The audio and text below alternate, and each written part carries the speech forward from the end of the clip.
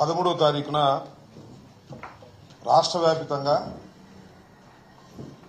ఆయా జిల్లాల హెడ్ క్వార్టర్స్లో అన్నదాతకు అండగా వైఎస్ఆర్సీపీ అనే నినాదంతో వైఎస్ఆర్ కాంగ్రెస్ పార్టీ ప్రోగ్రాం ఇవ్వడం జరిగింది. ఈ ప్రోగ్రాం యొక్క ప్రధానమైన ఉద్దేశం ఏమిటంటే వరి రైతులను ఆదుకోవాలని ప్రభుత్వానికి విజ్ఞప్తి చేసేటటువంటి మొదటి కార్యక్రమం. ఎందుకు ఆదుకోవాలి అంటే ఇవాళ రాష్ట్రంలో రైతుల పరిస్థితి, ముఖ్యంగా వరి పంట వేసినటువంటి రైతుల పరిస్థితి అతి దారుణంగా ఉంది. ఉదయమే నేను మంగళగిరి నియోజకవర్గంలోని కొన్ని ప్రాంతాలు వెళ్లి చిర్రావూరు, గుండెబెడ గ్రామాలు వెళ్లి అక్కడ రాసులుగా పోసినటువంటి ధాన్యాన్ని చూసి అక్కడ రైతులతో మాట్లాడి వారి ఆవేదన తెలుసుకొని ఈరోజు నేను మాట్లాడుతున్నాను. ఈ సంవత్సరం అకాల వర్షాలు అనేక సందర్భాల్లో వచ్చాయి, వాయుగుండాలు వచ్చాయి. అకాల వర్షాల వలన వరి రైతులు చాలా ఇబ్బంది పడటమే కాకుండా పంట దిగుబడి కూడా చాలా విపరీతంగా తగ్గిపోయింది.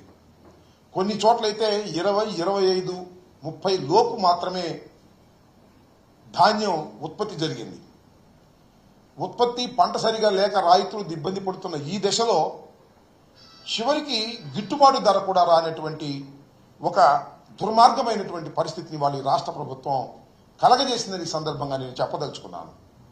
నేను వెళ్ళిన చోట చెప్పారు, 2 రోజుల క్రితమో 3 రోజుల క్రితమో మన జిల్లాకు చెందినటువంటి మంత్రి, పౌర సరఫరాల శాఖ మంత్రి గారు రైతుల దగ్గరికి వెళ్లారని, ఆ రైతులు రాసులు చూసి అడిగితే వారు తమ బాధలు చెప్తే మీరు కంగారు పడాల్సిన అవసరం లేదు, మీరు ప్రభుత్వమే కొంటుంది, ప్రతి గింజ కూడా ప్రభుత్వమే కొంటుంది, గిట్టుబాటు ధర ఇచ్చి కొంటుంది, బ్రోకర్లకు మీరు అమ్మవద్దు అని చెప్పటమే కాకుండా జస్ట్ ఫోన్లో హలో అని పెట్టండి, మీ రైతు సమస్య పెట్టండి, నేను తక్షణమే తేల్చేస్తాను, మీకు సహాయంగా ఉంటానని హామీ ఇచ్చినటువంటి మంత్రి గారు నిన్న మొన్న 2 రోజుల నుంచి పాపం రైతులు అనేక సందర్భాల్లో ఫోన్ చేసినా, హాయ్ అని పెట్టినా, ఏం పెట్టినా సమాధానం ఇవ్వటం లేదు అని నెత్తి నోరు కొట్టుకున్నటువంటి సందర్భం.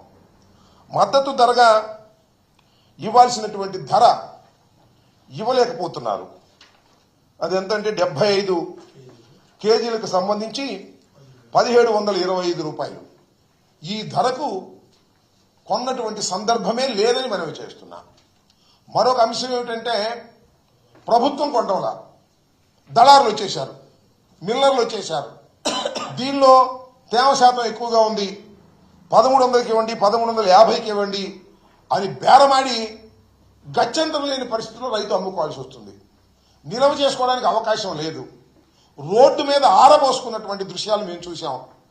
మళ్ళా టీవీలో వార్తలు, అక్కడ ఇక్కడ వార్తలు చూస్తే మళ్ళా వాయుగుండం వచ్చింది, రాత్రికి వర్షం పడుతుంది అనేటువంటి భయంతో ఎంతకో కొంతకు అమ్ముకొని బయటికి రావాలనేటువంటి ఉద్దేశంతో రైతాంగాన్ని ఇవాళ ఇంత ఇబ్బంది పెడుతున్నటువంటి ప్రభుత్వాన్ని మనవి చేస్తున్నాం.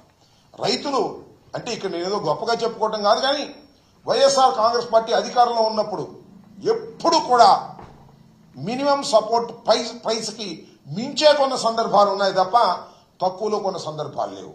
ఇక్కడ మించి కొనడం సంగతి దేవుడే, అసలు మినిమం సపోర్ట్ ప్రైజ్కు కొన్నటువంటి సందర్భాలే లేవు. ఉత్పత్తి అయినటువంటి ధాన్యంలో కనీసం 10% కూడా కొనకపోవటం వల్ల